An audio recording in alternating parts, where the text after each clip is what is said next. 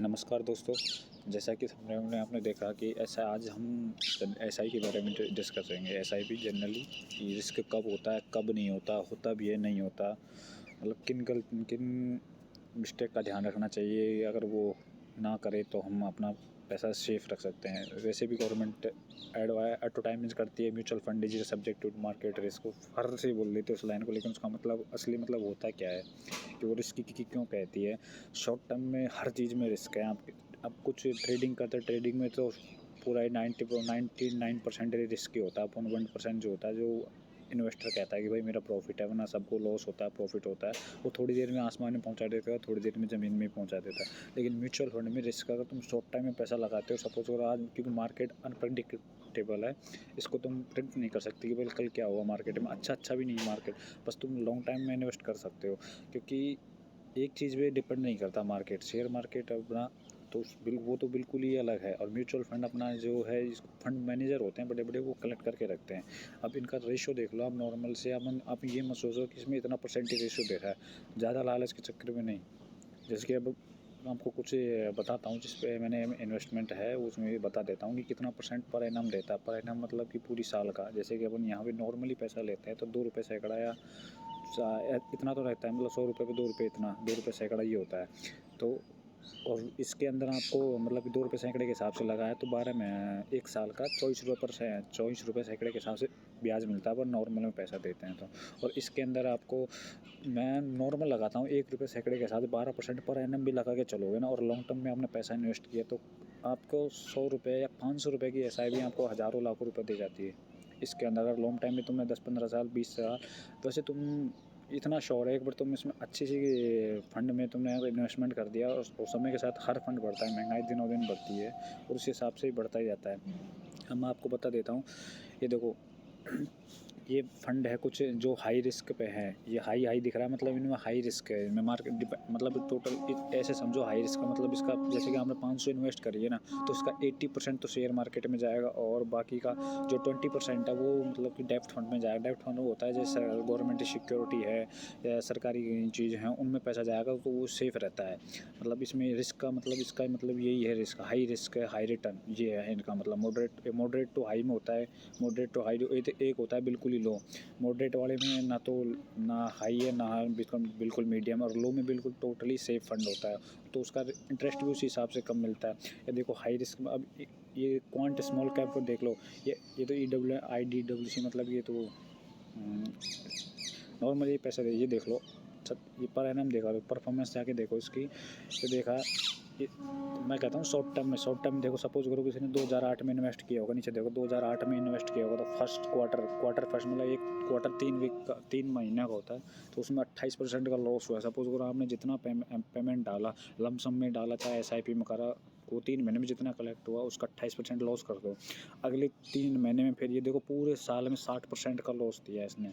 अब बहुत से इन्वेस्टर ने जहाँ इसको लॉस जाके कुछ ने क्या उसको किसी और फंड में लगा दिया, कन्वर्ट कर दिया।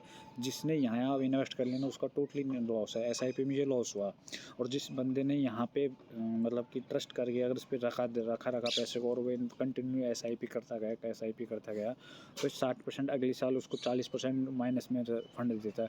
जैसे ही उसके बाद 2019 तक देखो, 2008 से 2011 तक माइनस में रहता है।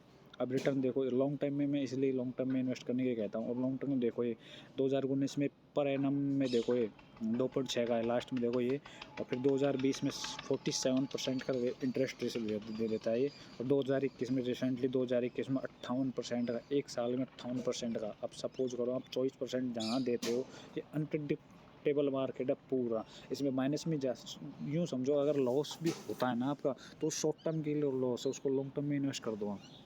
जितना लॉन्ग रहेगा उतना अच्छा, उतना कम रिस्क होगा इसमें। जैसे सपोज अगर आप माइनस में जा रहे हो, तो उसको और लॉन्ग टर्म कर दो। जितना ही ज़्यादा ड्यूरेशन होगी, उतना ही आपका पैसा बनेगा इसमें, और उतना ही रिस्क कम होते जाएगा ऑटोमेटिक, क्योंकि वो एवरेज पैसा आपको मिलता है उस सारी ईयर का, जितने साल आपने इन्वेस्ट किया उसका एवरेज निकाल के रखेगा। और जिस बंदे ने या लॉस होते हुए पैसा निकाल लिया, तो उसका तो परमानेंट लॉस हो गया।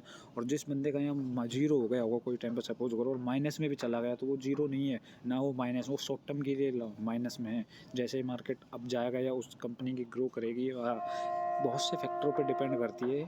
तो जैसे ही ग्रो करेगी तो वो जी माइनस की वैल्यू ज़ीरो भी होगी, ज़ीरो के बाद फिर पॉजिटिव भी होगा। अब देखो समय देखो इसका 58% का रिटर्न देखो इसका पर एनम। सपोज़ करो 58% का, ये पिछला जितना भी है ना इसको आप 6% या 12% भी लगा के चलोगे ना, तो उस हिसाब से मिल गया आपको। और अगर परसेंटेज समझ नहीं आता है एसआईपी का, तो मैं बताऊँगा 6% कितना होता है लॉन्ग ड्यूरेशन में। एसआईपी कैलकुलेशन में बताऊँगा कि ₹100 से कितना आप 10-15 साल में कितना खा सकते हो, 20 साल में कितना हो सकता है, 25 साल में कितना हो सकता है। और परसेंटेज रेशो मैं ऑन एवरेज लेके चलता हूँ, ₹1 सैकड़ा का मतलब 12% पर एनम। 12% तो बताता हूँ, कहीं-कहीं 12 से 18% भी देता है। मतलब कि सपोज़ करो 12 से 18% के समथिंग वो आपका प्योर रिटर्न है। ब्रोकरेज चार्ज जो भी होता है एप्लीकेशन को उसमें से ऑलरेडी काट-कूट के आपको बताया जाता है। अब ये देखो ये अभी देखो इसी साल का देखो 2022 का 2022 से पिछले थ्री ईयर का देखो ये एक 2021 और 2020 में 3 ईयर का 37% का एवरेज निकाल के देखा इसने, 5 ईयर का 20% का और 7 ईयर्स का 21.9% का परसेंटेज रेशियो देख लो उसका। ये वो है जो आपको रिटर्न इन्वेस्टमेंट रिटर्न के आपको जो मिल दिया जाता है इन्वेस्टमेंट के अलावा प्रॉफिट जो भी होता है मार्जिन। और भी कंपनी देखो आप, मतलब कि इसमें बस कंपनी ढंग से देखो जो भी आपको ट्रस्टेड हो।